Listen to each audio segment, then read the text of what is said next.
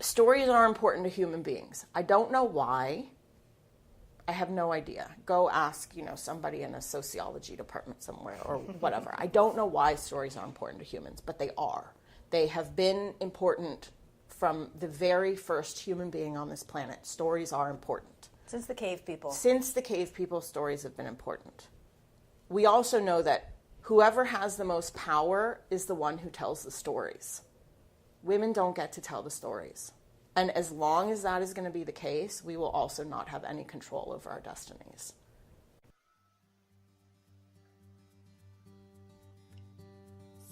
You're listening to The Other 50%, a herstory of Hollywood. I'm Julie Harris Walker. This is the podcast where I talk to successful women in entertainment and hear their stories. For this episode, I got to speak with Jen Mcgowan. Jen Mcgowan is a film director who directed the shorts Confession of a Late Bloomer and Touch, and the feature film Kelly and Cal, which is a delicious movie that you can see on the streaming platforms. And this film won the Gamechanger Award at South by Southwest. And she's currently finishing her next film called Rust Creek. Jen is also the founder of the amazing group called Film Powered for women in this business, which she tells us all about. If you are in LA, in the film community, you have seen Jen everywhere lately. She has a big online platform, she is speaking on panels, and she is doing the work. I am thrilled to have her here on the podcast. You can find us at theother50%.com for added features, bios, show notes, the merchandise. You can also listen on Apple Podcasts, Stitcher, Podbay, and now on YouTube. Please subscribe and leave a review wherever it is that you listen. And since podcasting thrives by word of mouth, please tell all your friends. The holiday season is here. You're going to parties. What better icebreaker than to start talking about your favorite podcast and talking all about this one? And I have another podcast called The Other 50%, a Herstory of Tech. You can also find it on Apple Podcasts, Stitcher, or on the Other 50% website. And that is where I talk to successful women in tech and hear their stories. Okay, here's Jen. What do you do? I'm a filmmaker. I direct movies. I just watched Kelly and Cal yesterday. Oh, good. Thank you for watching. I loved it. Oh, thank you so much. I'm glad you enjoyed it. Yeah, everyone should go watch it. I would love for everyone to go and watch it. They can watch it on iTunes. They can watch it on Netflix, Amazon, YouTube, and I think Showtime. So all the places. All the places. Yeah, They can watch it on all the places. And you won the Gamechanger Award for that? I did at South by Southwest, where we premiered. It was great. It was so flippin' real. Usually I don't just dig in talking about your movie, Okay. but it was so real.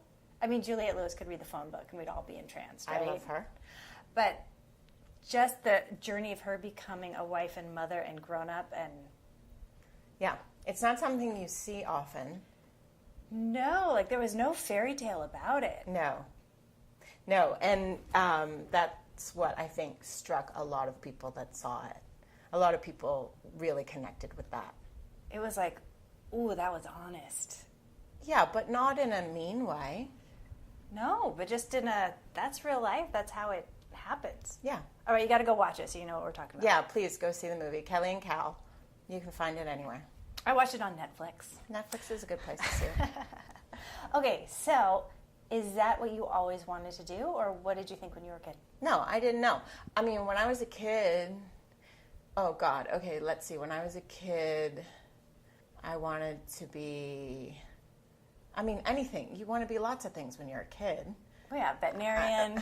I wanted to be like something every other day of the week. Let's see, what do I remember wanting to be? I remember wanting to be... who was the famous gymnast at the time? Nadia Comaneci. I wanted to be Nadia Comaneci. Yeah. But that's when you want to be individual people. You don't actually want to be a career. You Or then Oksana Bayul when she got to... Yeah, you want to be somebody else. And then I wanted to be... Oh, I remember I saw... Well, this is really a bummer. This is the first time I remember being told I couldn't do something because I was a girl. Oh, let's hear that. I saw Top Gun, and I wanted to be a fighter pilot. Oh, yeah, you can't do that. And I was told I couldn't because I was a girl, and I thought that was the stupidest thing I ever heard. But I believed it, which actually is the stupidest thing ever. Because if I didn't believe them, probably I could have by the time I grew up. Yeah, you would have been like the first one.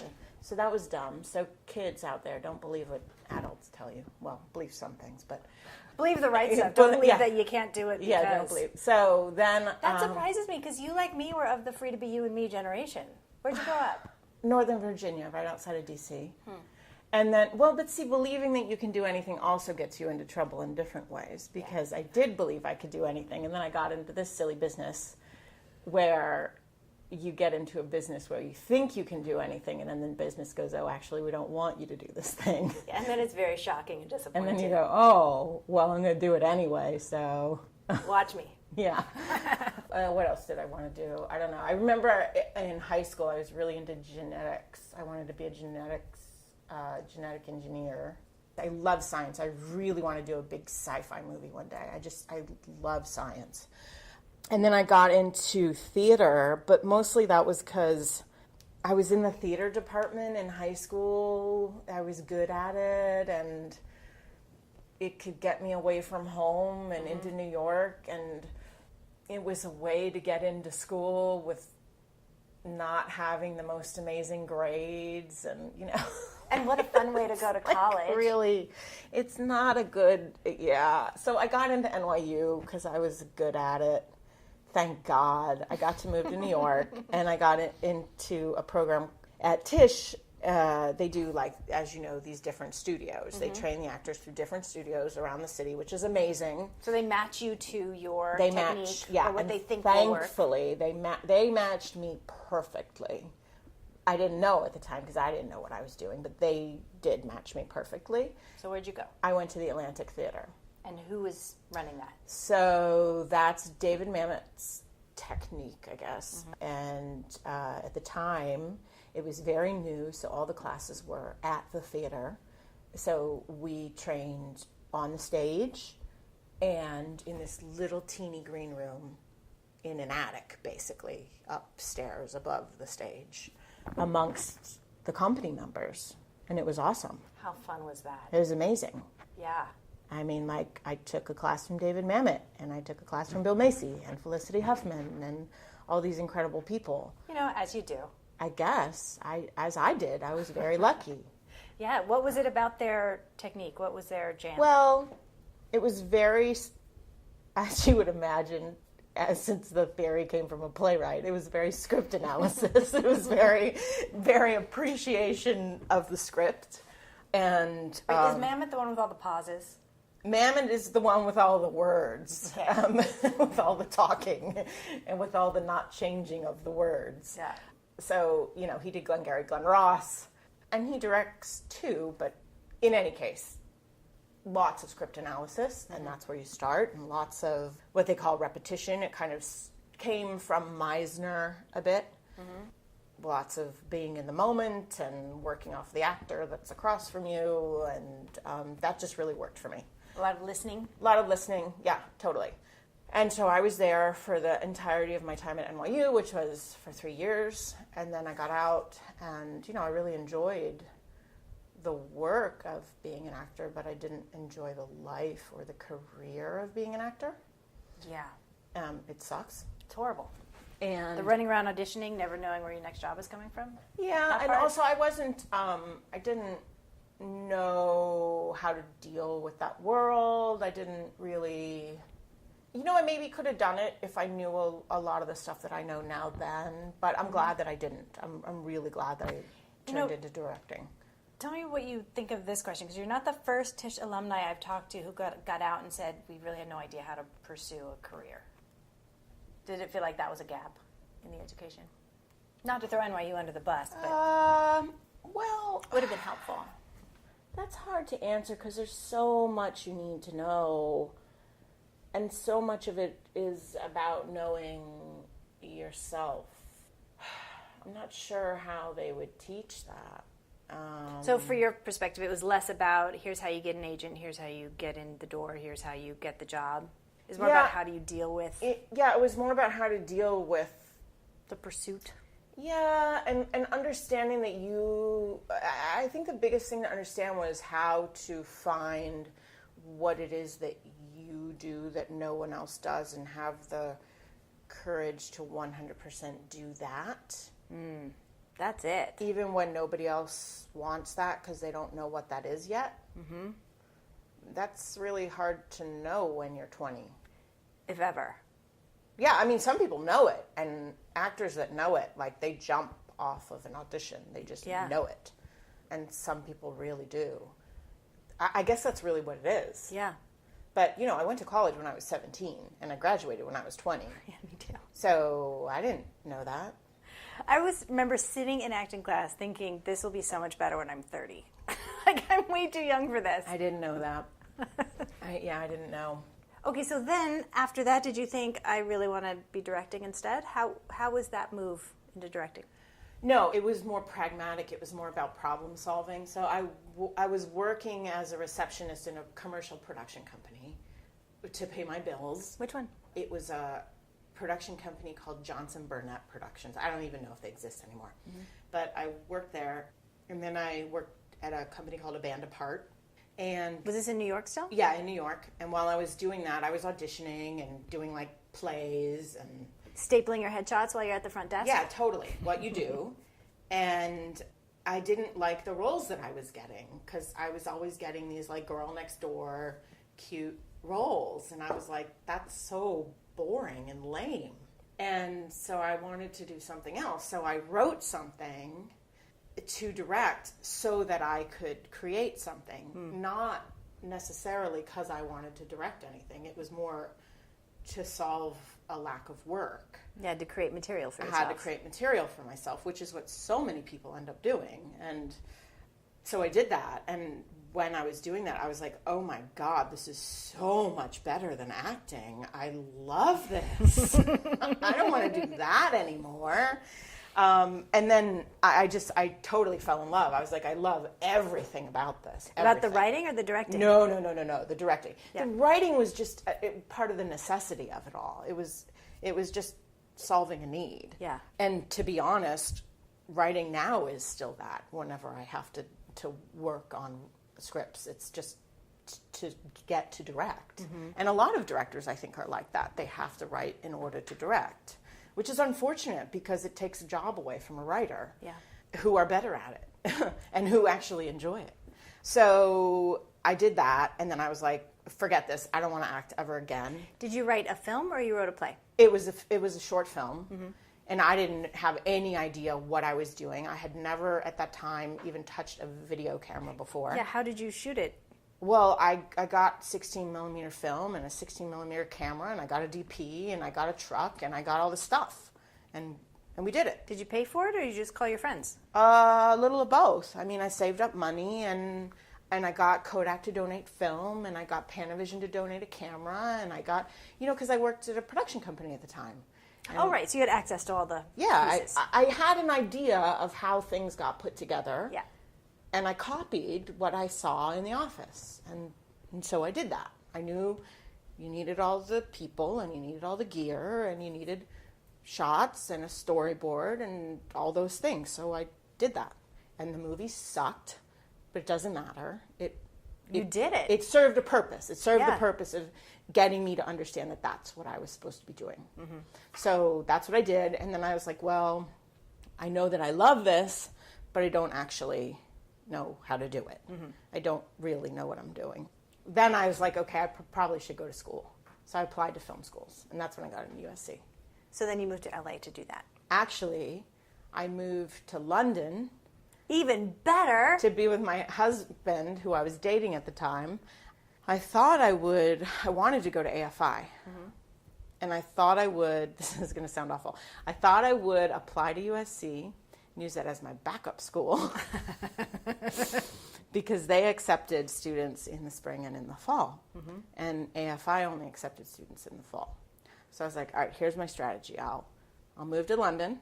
I'll apply to USC for the spring. If I get in, I will defer, use it as my backup, apply to AFI.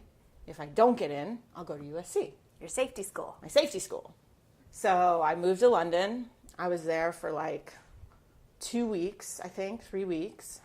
They called me to say that I got in, and I think somebody like got in and then refused their spot because they called me so late. And they said, you've been accepted. And I was like, awesome, I'll defer. And they're like, no, we don't do that. Yeah. So much for your plan. I was like, what are you talking about? They said, no, you come or you have to reapply. And that was hard. That was probably the hardest decision I ever made because I just moved to London. Yeah.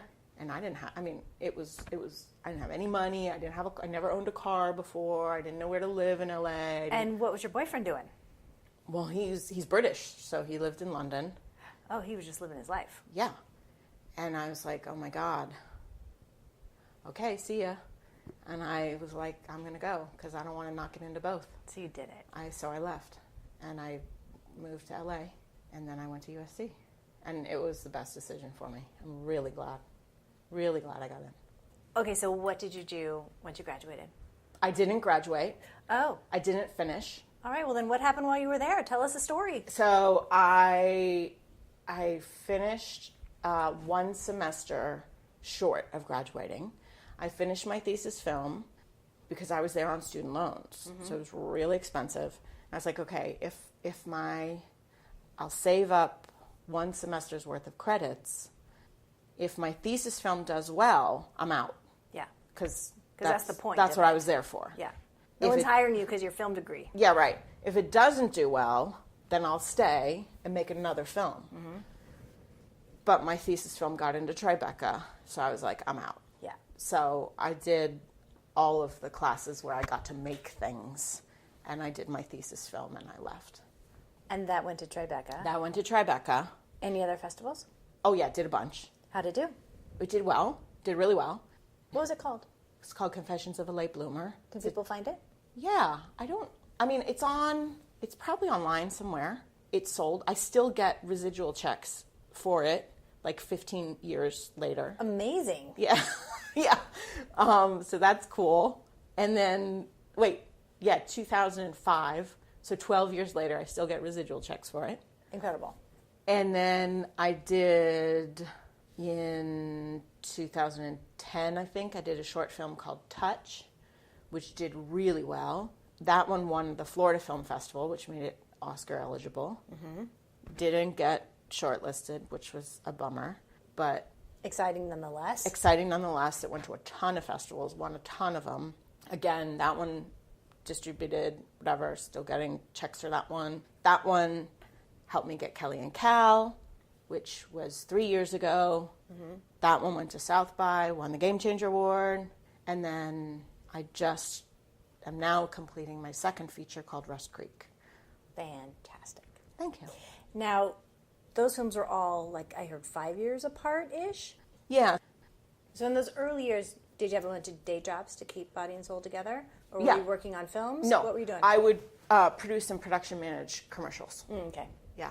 And I directed some little commercials here and there, but nothing notable. But I think it's worth noting that you stayed in the game. You didn't have your day job be in an office somewhere while you waited for your next film to happen. No, but that's fine. I mean, that's fine if people do that. That's because sometimes what happens is if your day job is in the business, you don't have time to create anything. Because it can be all-consuming. Yeah, 14 hours a are day. really long. Yeah. The reason it worked with commercials is you only work for 2 weeks at a time. Mm-hmm. So that's okay. So Kelly and Cal, that was an independent? Yeah. Was that something that you created and raised funds for, or was that work for hire? So that was a job that USC, there were some alumni, Cam Miller, Barbara Stepansky, and another USC alumni created something called USC First Team, which unfortunately only existed for 2 rounds. But that was in, I think it was 2013 and 2014. And basically what it was a feature film lab for USC alumni. And they basically sent out emails to alumni and said, we want 30 writers, 30 directors, and 30 producers, and we're going to incubate feature films amongst the alumni. Fantastic. It was wonderful. And that's how my project got started. I got chosen as a director. The writer, Amy Lowe Starbin, got chosen as a writer, and there was a producer that got chosen. And the way to go forward through the program was, there was like this massive speed dating event. And from that, you had to agree, 3 people had to agree to commit to a project. And then from there, I think over the course of 9 months or a year, the project was developed, a budget, schedule, all that stuff, treatment. And at the end of it, you had a completed project to be ready to. A whole package. Yeah, whole package. And I think from that project, 7 or 8 films got made. Amazing. It was incredible. How'd you get the money? From that, we ended up with a script, budget and schedule, treatment. Producer that was attached through that project, she wasn't able to get the film made, so we parted ways with her. Amy and I continued working together. I continued developing the script with her. Once we were happy with it, I was like, I will find the money. So I basically just knocked on doors. Every person I ever met, producer I ever met that I thought was looking for something in that range. What was the range? Around $1 million. I reached out to. And in the end, it actually turned out to be 2 producers from New York who heard of me on the festival circuit from my film Touch, randomly reached out to me and asked me if I was working on anything. And I was like, actually, You're yes. kidding. Nope. And I sent it to them, and like 2 weeks later, I was in New York, and we were signing deal, and a few months later, we were shooting. Oh, you just never know what's going to happen. Nope. That's okay. How was that day when that phone call came? They called me. I was like, what? Get out of here. Whatever. I totally didn't believe it. I was like, yeah, sure. Okay. Maybe. Crazy. It was awesome. They were great. You know, and we made the movie, got it all done. And then the film that I just did now, the producer, I had met him through a mutual friend. I understood that he had some money he was looking to invest into projects. I had another project I was trying to get set up. I met with him to pitch my project to him as a potential investor. He passed, but was interested in me as a director for this potential project, and he had heard my name as a recommendation for that project a couple of times. So called me back and said, would you be interested in reading this script? And I was. And I liked it, and I went back and pitched on it. That was in August of 2016. He hired me, and we were shooting in November. Okay. So it sounds like Killing Cow really helped launch your career. Yeah, I mean, everything did. Yeah. Everything leads to, all those things led to something else. Now, you started Film Powered. Yeah. Tell me about that. Okay. It's based online, but it's not just online. It's a community of professional women in the industry. It's a skill sharing, networking, and job site for women in the film and television industries. Why did you start it? I started it because the numbers of representation for women in our business are embarrassingly poor. And I know from my experience in commercials, in music videos, in film, in television, that you don't work with and you don't recommend people that you don't know. So we need to get to know one another. And also, one of the ways to do that is to just get out and meet people. Yeah. You know, you have to get out and meet people, basically. So you're creating the community to help I'm trying to. the community at large. Basically, yeah. Now, what has your experience been as a female director? That's a hard question to answer because I don't know. I don't have anything to compare it to. I just know what my experience has been. You know what I mean? And because, like, when I made Kelly and Cal, I got that question a lot. After, you know, everybody's asking me female director questions, and I'm like, I don't really know. You'd have to ask my crew or my cast. How it was different for them? I guess. Having you there? Yeah. Now, did you think about it much when you were directing? Like, did you think, I'm just going to go in and do this job? Or did you, because some people have told me, like, I have to go in and I have to think about what I'm wearing and how my hair is and how my resting bitch face is and how I talk to people and how I present myself so that I'll be taken seriously. Did you have any of that? Well, I think every person is aware of how they're perceived in the world, and you have to take that into account when you're trying to achieve something, which is what you're doing when you're directing. You're trying to achieve a bazillion tasks every moment of the day. So you're constantly assessing where are you trying to get, and what are the various obstacles in the way. And some of those obstacles are how are you perceived. And some of those perceptions have to do with your gender, and some of them don't. Right. How can you distinguish? Experience. Yeah. That's all you can say is experience and gut instinct and who's in front of you at that exact moment in time. And the things that work for one person in disarming a situation will not work for someone else because of who they are. So it's a constant figuring out. Constant. It just takes extra energy. Yeah. That's all. It's extra energy, which is stupid because the whole thing takes a lot of energy to begin with. The job is hard enough. Yeah. Just doing the yeah, job. I mean, yeah. Why do you think it's important for the numbers to be better for women? Massively important. I mean, because when you only look at, here's the basic thing. Stories are important to human beings. I don't know why. I have no idea. Go ask, somebody in a sociology department somewhere or whatever. I don't know why stories are important to humans, but they are. They have been important from the very first human being on this planet. Stories are important. Since the cave people. Since the cave people, stories have been important. We also know that whoever has the most power is the one who tells the stories. Women don't get to tell the stories. And as long as that is going to be the case, we will also not have any control over our destinies. That is it right there, just how you said that. And the thing is that's bad for men and women. That's bad for boys and girls. Wow. And everyone in between. That's not just, oh, poor women, we don't get to do the things we want to do. It's bad for everybody. The reason the world is a shit show right now is because we tell ourselves the same story from the same perspective over and over and over again. And if you're only looking at an object from one angle, you're being told a lie. How does it help boys to see stories about women? Well, look, if you're a young boy and you're expecting, look, I have nothing wrong. I have nothing against Pamela Anderson. Pamela Anderson is probably an amazing human being. However, if you expect every woman to be Pamela Anderson, you're going to have problems dealing with the world. You're going to be very disappointed. Who knows? You might not be disappointed. I don't know what you're going to be, but you're going to be certainly confused. Yes. The world is vast and various. And if you're only seeing the world from one perspective, it is going to be confusing to you. Agreed. It seems so obvious, but I still feel like we need to explain it all the time. Well, Like I have this little theory of that I'm working out. Maybe you can help me. When we see a white guy shoot up a movie theater, we're able to look at that white guy and see nuance and assume he has a whole bunch of context around him, and he's not just a white guy who's representing all white guys. Mm-hmm.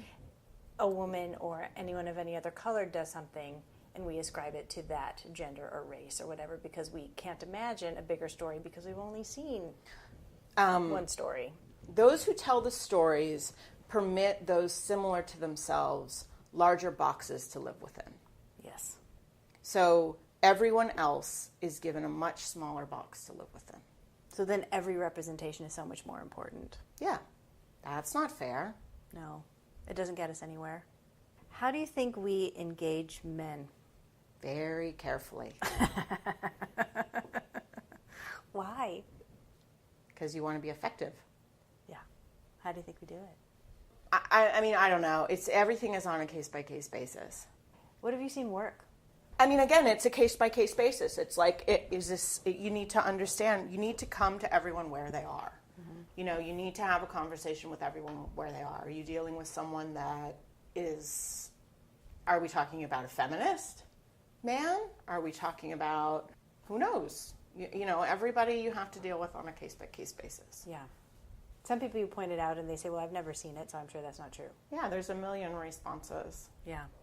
And everybody's human, and everybody, you know, has feelings and thoughts and whatever about everything. So you just have to take everything as it comes. You mean we should deal with men as if they're individuals? Uh-huh. That's so weird. Mm-hmm. Sorry. What do you think women can do?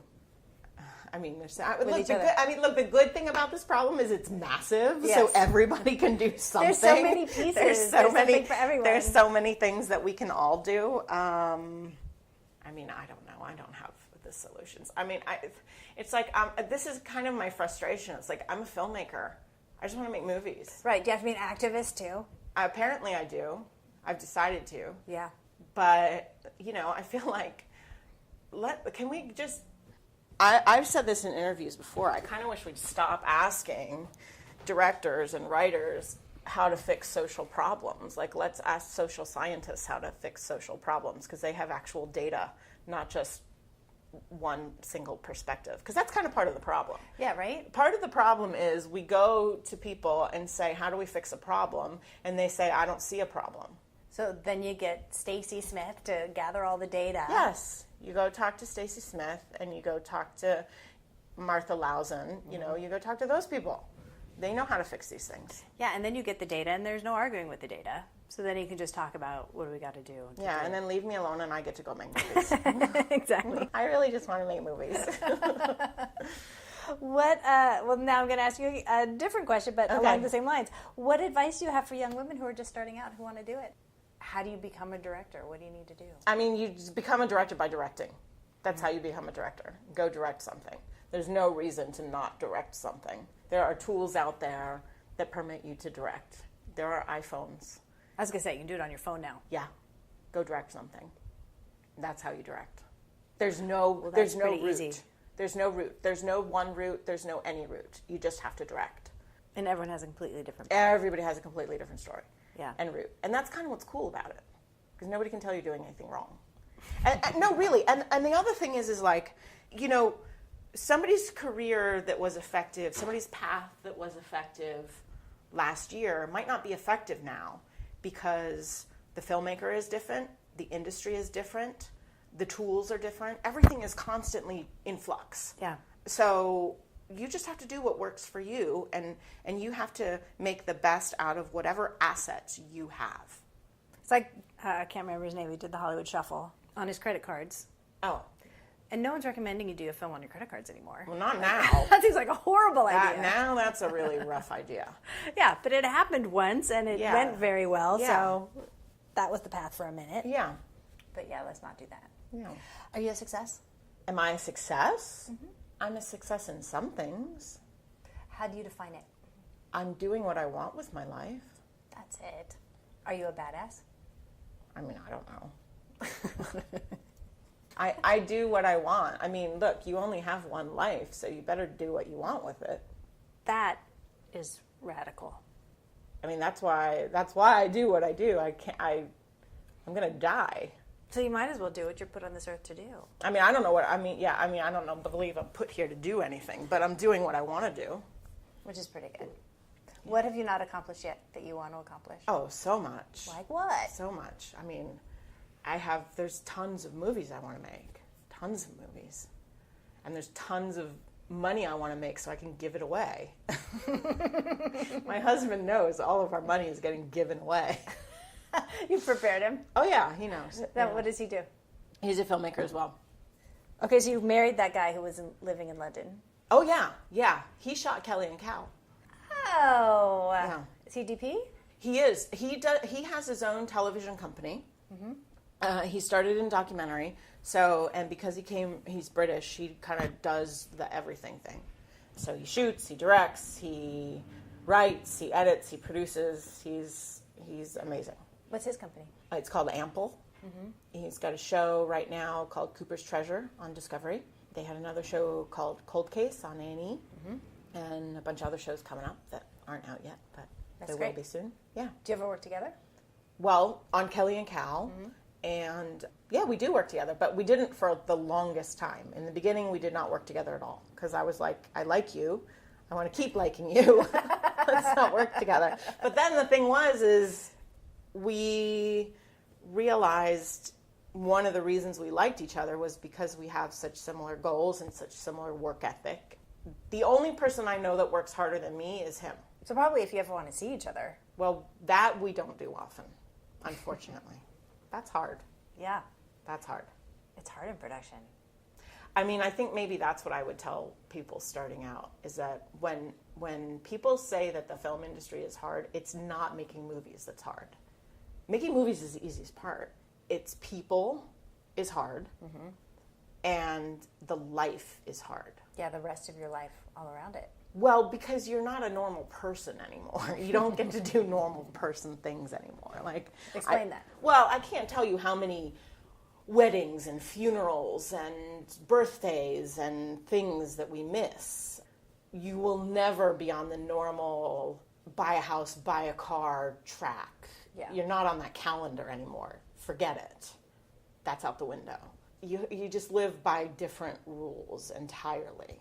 You know, if he comes home at 3 a.m. because he's editing and forgot to text me since 4 p.m, that's kind of normal. So you got to chill. You got to not freak out. Yeah, if you're Why not, aren't you home for dinner? If you're not cool with that, you're going to have a difficult life. Yeah.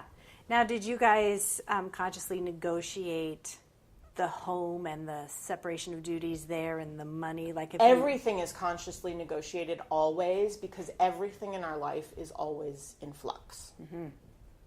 That's something you have to be mindful of. Because you don't have normal schedules or we have anything. nothing normal. We have nothing normal. Did you automatically do that, or is that something you both sat down and consciously said, we're going to have to consciously negotiate everything because this is how our lives are going to be? Well, it depends. I mean, sometimes, one of us is traveling or the other of us is traveling, or one of us is good with one thing or one of us is good with the other thing, so that gets sorted that way. Or, I mean, we've been together for 20 years, so we've had a long time to figure it out. Yeah. But it ebbs and flows, and you just have to constantly figure things out over and over and over. You can't settle into a pattern. Right. We made this rule in 1997. Yeah. That's not happening. There's no. The only one rule we have that has managed to stick is that when one of us texts that we're actually coming home, that means that we are physically in a vehicle that is moving. Because what would happen for the longest time is we would say, we're coming home, but then we would get distracted by something, and then hours would go by, and we would not be home yet. So that's the one rule we've managed to keep. That's a good one. Yeah. Okay, so as you called it, the shit show that the country is in the moment, what gives you hope? What gives me hope? Usually individual contact with people gives me hope. I think that's why with Film Powered I made it so there's a democracy kind of built into it. There's a bit of chaos built into it. Mm-hmm. It's not a real top-down kind of structure. I also want to ask you how you set up the Film Powered community, because you said you kind of democratized it. Like, you have criteria to join it. Yeah, okay. Yeah. Talk about that a little bit. Okay.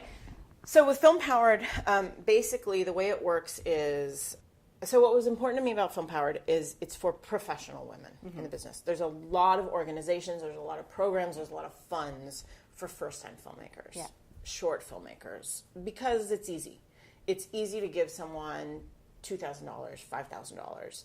It's a lot harder to support women who are a bit further along in their careers. Yeah. And quite frankly, I didn't really feel any obstacles, any real obstacles, any downward pressure until after my first feature. And then how did that manifest? I mean, a variety of ways. But what was important to me was, what I saw happening was we're supporting all these women to get excited about coming into a business that doesn't want them there, that doesn't want to keep them there. So what I see is lots of women getting really, really excited about coming into the business, about thinking they can do anything, and then they don't stay. Right. They don't stay because they get beaten down by a business that is saying, yeah, nice try, and shutting doors. Mm-hmm. So I wanted to create something that supported women when they were the only ones in the room, because that's usually what happens when you get past your first feature. You're going to be the only one in the room.